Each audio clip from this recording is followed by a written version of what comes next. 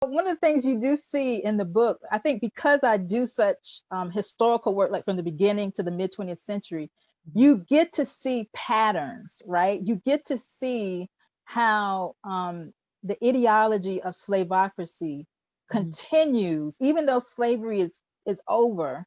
You see like the thought patterns, the ideas that justified slavery in quotation Yeah. marks, those thought patterns and ideologies continue even into the 20th century. And as you say, even today, right? Yeah. So one of the things that slavocracy did was to justify slavery by saying, um, it's good for us to enslave African Americans because they get to come to this Christian nation and they get to hear the gospel, and we're saving them, we are civilizing them. And so that was one of the many arguments for slavery.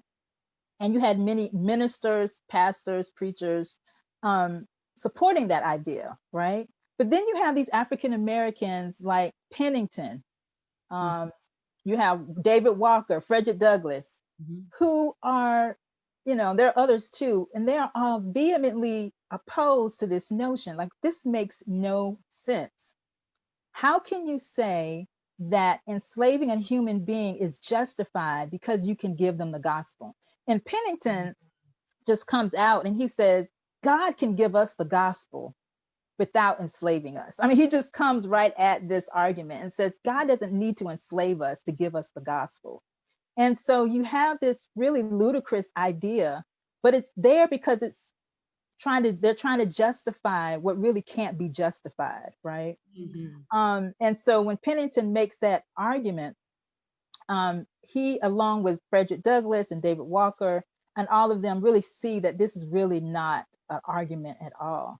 The other thing you lifted up, Carmela, was the idea of exegetical accounts. So I talk about in the book where, along with this notion that slavery is good because it helps African Americans, you also had another part of slavocracy was creating counter creation stories.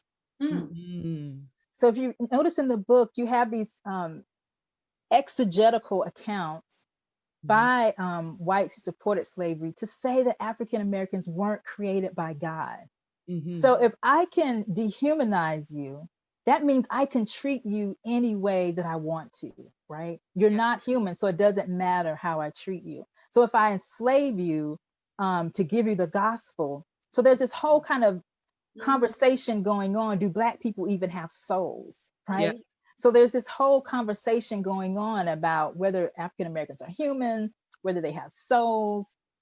And then you have this other part of the conversation where, well, we're rescuing you so you can live in a Christian nation. But that's not, as you see these interpreters, they're arguing vehemently against this, against these notions. This is really sin. Lemuel Haynes calls it sin. And it's something that many white interpreters at the time, that move they would not make. They wouldn't call slavery sin, but you have African Americans who are saying this is sinful. This is not of God. And they're saying it using Paul to do it. The same figure used that the slavocracy uses to justify their enslavement. They use Paul to call them out and say, what you are engaging in is not of God. And if this is a Christian nation, then you need to act like it.